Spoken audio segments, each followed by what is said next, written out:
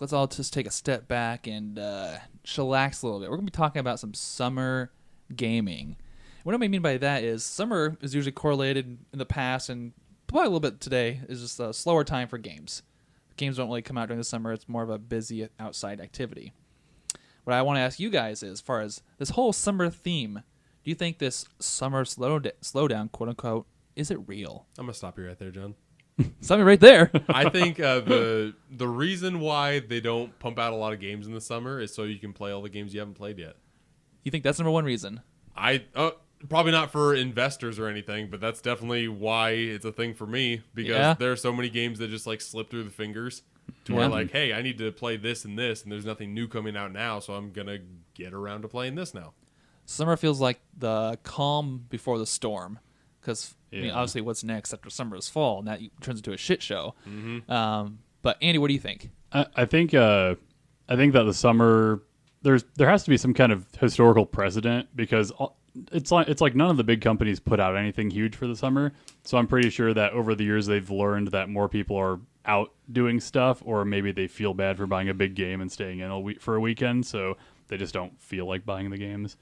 I think that's another reason they have like the Steam Summer Sale, where they sell all this old stuff for like dirt cheap that people haven't played if they want to catch up on it, which I think is smart of them to do.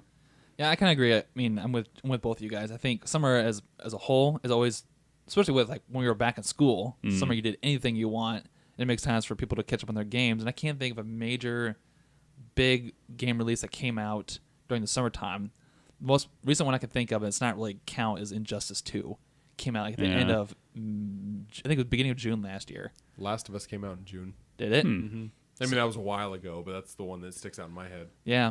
So I wonder if like multiplayer games and stuff do a little better, because people are like, kids are out of school, they're hanging out, whatever. Yeah, I bet Fortnite's blowing up right now. Oh, 100%. Summer, yeah, that totally makes sense.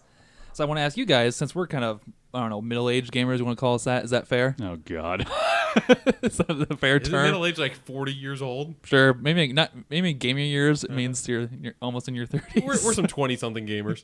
Yeah. Where you keep your guns. I'm going to shoot myself in the fucking head and talking about my middle-aged gamer. Holy shit. As far as summer gaming goes, do you, along with all these trends, do you guys find yourselves playing more or less games during the summer now? Probably. I mean, if I have time that I will try to catch up on some stuff. Like I said, I played through Hollow Knight quite a bit in the last few weeks. If I catch something on sale that I'm interested in, or I had some passing interest in, I might pick it up and play it. But other than that, I kind of slow down a little bit in the summer. Yeah, summer is prime time for new releases, movie-wise. That's true. Oh, yeah, that too. That's what I do. Yeah. Like we didn't even get to doing the E3 post podcast because there were so many good movies coming out you guys were watching. So yeah, it was popping out. Mm-hmm. It's like prime movie watching season. So what I want to ask you guys, with all this backlog from 2018 or maybe 2017, what games have you been wanting to get to that you want to get to this summer that you haven't had a chance to? God, that's a tough question. I have so many fucking things I want to get to. Yeah, I'll go and list off a few off the top of my head that I've been putting in the backlog for a while. Far Cry 5 came out this year. Been wanting to play it, never got around. That's a good one. That's on my list too. Is it? Yep. I wanted to play Celeste. That looked looked like a great kind of Hollow Knight Metroidvania look to it. And then I've also been wanting to get back to Horizon. All right, yes, Frozen Wildlands. Yep. Oh, yeah, because I never got a chance to play that. Yeah. That's funny because I that was the first thing I put down was I never beat Horizon. Things kept coming out, so now that I have a chance, I might get back into that. And then, like I mentioned before, Bloodborne. I think I want to sit down and just fucking plow through that game. Oh, hey, I thought of one. God of War. Oh yeah, I haven't even touched it yet. Yeah. Oh, that's a need to. Yeah, that seems like a really good game that you can just spend 20 hours in and beat. Yep. Or Definitely. 50. or you can go absolutely crazy and beat all the side bosses. I'm and not do all going to the do side that. missions. I rarely do that unless I get thoroughly enveloped into a game, which I might in this one. But the main story itself is worth the price of admission. It's a really good game. Yeah, I've been tempted to just watch Let's Plays of it, but I really want to play this for myself. Yeah, it's worth playing. Yeah, it's definitely great personal experience with God of War. Like you were talking about when we had the God of War episode, the combat. Like you want, like as you said, you were struggling with the combat, but once you get used to it, it's really rewarding. It is. It's a good play, and it pays off really well. Yep. Like I have all these games that I want to play, but I just go back to Splatoon 2.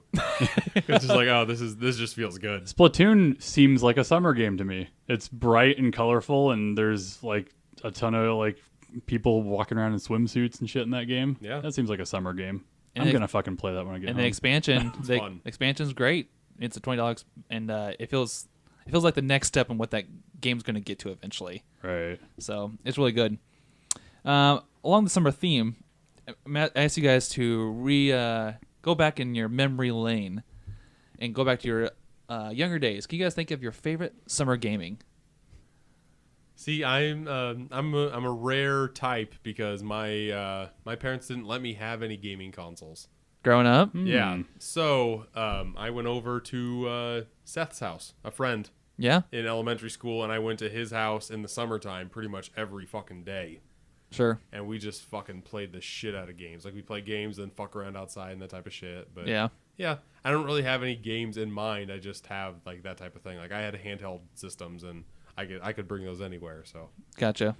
My big summer, I think I'm pretty sure it was the summer between like 6th and 7th grade. So you're getting ready to go to junior high, and you know there's all that shit going on. You don't really have anything to do. Friends might be out of town, or you can't really, you know, you're pretty local at that age. So I'd stay at home a lot and play some motherfucking Brood War. It was great. I love Brood War. The hell is Brood War? StarCraft Brood War. Oh god. So I would play just a ton of StarCraft Brood War, and it was fucking awesome. And so Jesse, absent for a while, so his house was like a few blocks away. So I'd go over to his place, and then we would play Brood War on his computer, and then we'd come back to my house and play Brood War on our computer. Nice. It was awesome, and we played a lot of GoldenEye. A lot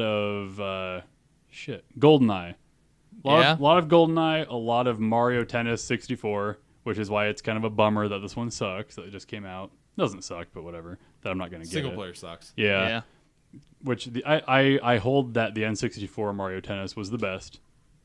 Really? And Jesse would always lock in Toad really quick because he was the fastest character, and Jesse's an ass. And if I got Toad first, just on a fluke, he would back out of the menu and go back until he could get Toad. Mm-hmm. So screw you, Jesse. Yeah, I would say that's the only N64 like Mario sports title that is actually the best title. Yeah, because it's simple enough to be great. Golf the GameCube one is the best. Toad's Duel Tour is the best. And then there's just 3DS was really good. I still think the RPG one better. Really? I think so. Yeah. Interesting. See, I'm gonna feel like a giant nerd then because I grew up on a farm. And I had tons of video game summers. Sure. So my most earliest memories was playing Super Mario World over the summer between elementary school, just playing that game over and over and over. Anthony also on the show a lot. He's a regular.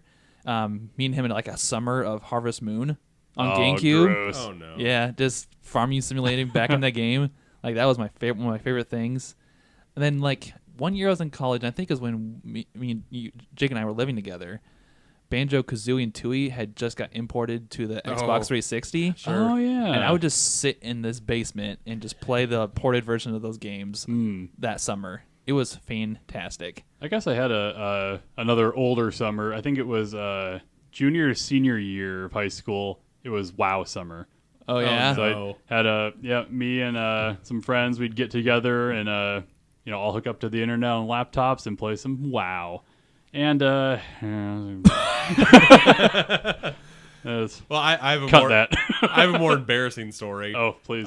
Going into senior year of high school during summer, playing football and stuff, just trying to stay in shape just all the time and whatever. And we'd have practice and everything, and then we'd go to Seth's shed.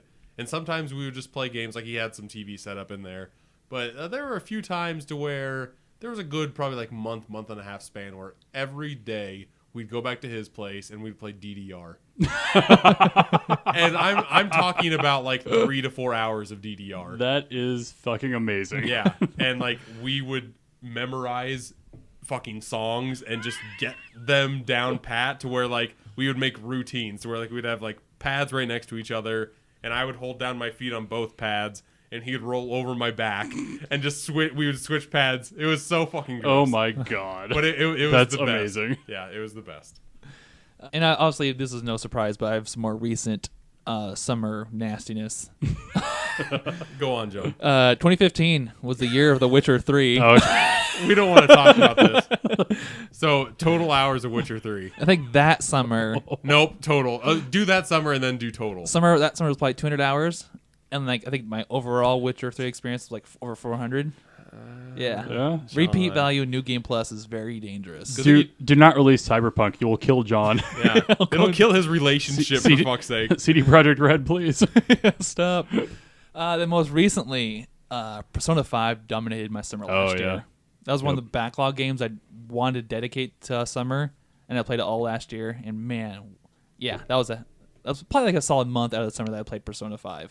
Because I ended up sinking like 150 hours into that game. Damn. On 2 gameplays. So Dear God. yeah, I guess I'm the most guilty of summer gaming. Yeah, this subject was definitely for you, John. You're the summer sinner. I Summer think. sinner, The yeah, I summer like that. sinner.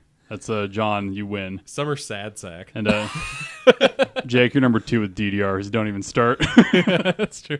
I'm okay with it. Yeah. I had fun, but I know it was fucking disgusting. At least you're like burning a ton of calories doing that. Yeah, That's it true. was Yeah. ridiculous. I was crying during Persona and Witcher 3. So good games. Yeah, I was crying for you too, John.